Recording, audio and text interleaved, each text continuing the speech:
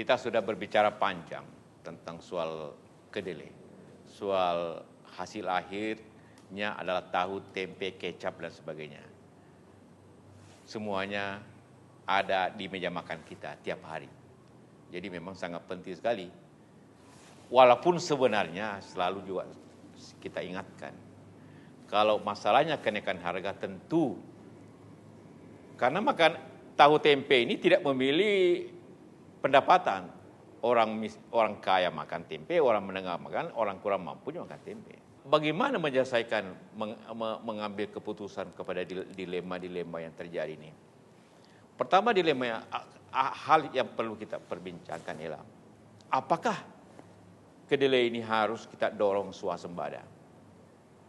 Tentu sangat ideal kalau swasembada. Tapi swasembada punya syarat. Ada lahan yang baik dan harga yang cocok untuk petani. Karena petani bukan lagi petani tahun 50-an yang dapat diperintah atau dapat diatur, oh begini, kalau tidak mau kita panggil kodim untuk melaksanakan harus begini, tidak bisa lagi. Begitu petani melihat bahwa beras padi lebih menguntungkan, jago lebih menguntungkan, atau ya sawit lebih menguntungkan, dia akan tanam jago. Jadi pilihannya ialah pilihan ekonomis menuju kesejahteraan. Dan apabila produktivitas kedelai masih 2,5 ton per hektar, maka yakinlah bahwa pilihan petani jatuhnya ke jagung, jatuhnya ke padi, jatuhnya ke sayur-sayuran dan sebagainya.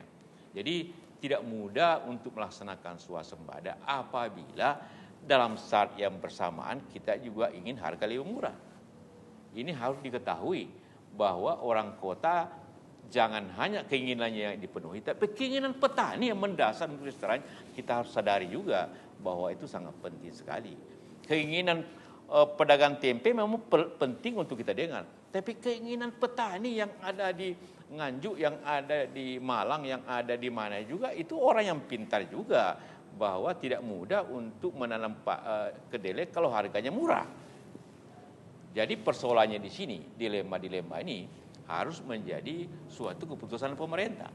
Pemerintah ingin menjaga stabilitasnya di harga di bawah, berarti pemerintah harus siap subsidi, atau pemerintah akan mendorong swasembada dengan suatu kegiatan bahwa pemerintah harus siap untuk menjaga harga itu harus lebih seperti sekarang ini. Bahwa ingin pemerintah menjualnya ke daerah lebih, maka berarti disiapkan subsidi. Itu bisa saja. Banyak negara yang kita juga menjalankan itu, sama kita menjalankan subsidi BBM sebenarnya. Bahwa ongkos BBM 9.000 kita jualnya 4.500. Itu tidak tanggung-tanggung, subsidinya malah bisa sampai 250 T. Jadi kalau ingin begitu, maka pilihannya ialah tambah anggaran. Tapi saya yakin menambah anggaran pada dewasa tidak mudah sebelum kita juga konsekuen untuk mengurangi subsidi BBM. Jadi kembali lagi ke masalahannya, pilihan-pilihannya. Subsidi mana yang harus diberikan? Subsidi kepada rakyat miskin kepada kedelai, atau subsidi orang yang punya mobil? Lalu pilihan yang berikutnya ialah apakah itu impor itu dibiarkan seperti ini, ataukah Bulog juga diberikan hak, diberikan kewenangan menjaga dengan menyanggahnya dengan persediaan. Mungkin ini pilihan yang moderat pada dewasa ini, bahwa Bulog sebagai lembaga penjamin stabilitas bahan pokok itu mempunyai suatu kekuatan, dan kekuatannya itu hanyalah apabila Bulog punya stok. Artinya Bulog boleh mengimpor harga 8.000 menjualnya 5.000 atau 6.000. Sekali lagi cost untuk itu. Jadi tidak ada suatu no free lunch, tidak ada sesuatu keinginan tanpa biaya. Dan ini menurut saya biasa saja terus untuk pemerintah. Karena itu marilah kita meyakinkan dulu. Yang pertama bahwa impor itu bukanlah sesuatu yang salah dalam hal kedelai ini, karena memang tidak mudah swasembada apabila kebijakannya memberikan harga kedelai di harga pasar. Kalau dibiarin kedelai itu harga pasar, artinya dikendalikan oleh produsen yang terbesar di dunia itu, yaitu Amerika, Brasil, dan Argentina, maka dia akan turun naik. Pada saat dia stabil 5.000, petani Indonesia tidak bisa mengikutinya karena soal harga-harga.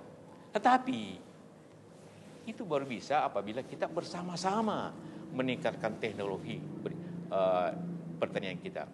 Kita sudah pengalaman menaikkan produksi kedelai tahun 2009. Kita juga menaikkan produksi padi dan juga sekarang Menteri Pertanian berusaha untuk surplus sampai 2014. Syaratnya faktor-faktor pertanian itu punya 6 faktor yang harus kita buat. Pertama bibit yang baik, teknologi, riset. Kita juga bisa beli riset itu dari luar, tapi sebaiknya kita jangan tergantung. Kita butuh lahan yang punya pengairan. Tanpa air tidak ada yang bisa tumbuh. Kita punya matahari memang, alhamdulillah.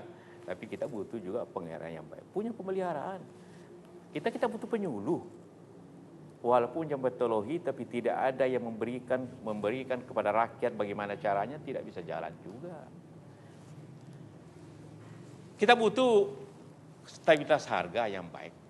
Karena tanpa stabilitas harga yang baik, maka juga petani. Kemudian iklim yang baik. Sekali lagi, kebijakan pemerintah, kebijakan pertanian yang pertama ialah tujuannya kesejahteraan kedua belah pihak. Bagaimana menjaga kesejahteraan petani, sekaligus bagaimana menjaga konsumen. Tidak mungkin salah satunya. Itu tidak bisa menjaga konsumen tanpa menjaga petani. Tidak bisa menjaga petani tanpa menjaga konsumen. Dan saya yakin semuanya butuh perhatian yang besar dan dapat dilaksanakan. Marilah kita semua berusaha bangsa ini pada bapak-bapak yang mempunyai tugas untuk itu mempertahankan harkat bangsa ini kepada kemandiriannya yang logis dengan menjaga kesejahteraan kedua belah pihak. Petani harus dijaga penghasilannya supaya dapat menikmati, bisa beli sepeda motor, bisa mempunyai rumah yang bagus, bisa naik haji tapi konsumen juga jangan membeli terlalu mahal agar jangan inflasi, jangan tergerus pendapatannya hanya untuk makanan saja. Tetapi semuanya harus disimbangkan. Kalau perlu dibayar oleh pemerintah hal-hal yang perlu seperti itu. Itulah pemerintah yang memperhatikan rakyatnya, memperhatikan kedua belah pihak. Mudah-mudahan pertemuan ini ada manfaatnya. Kita bertemu dalam kesempatan lain. Setiap masalah pasti ada jalan keluarnya. Terima kasih. Wassalamualaikum warahmatullahi wabarakatuh. Assalamualaikum warahmatullahi wabarakatuh.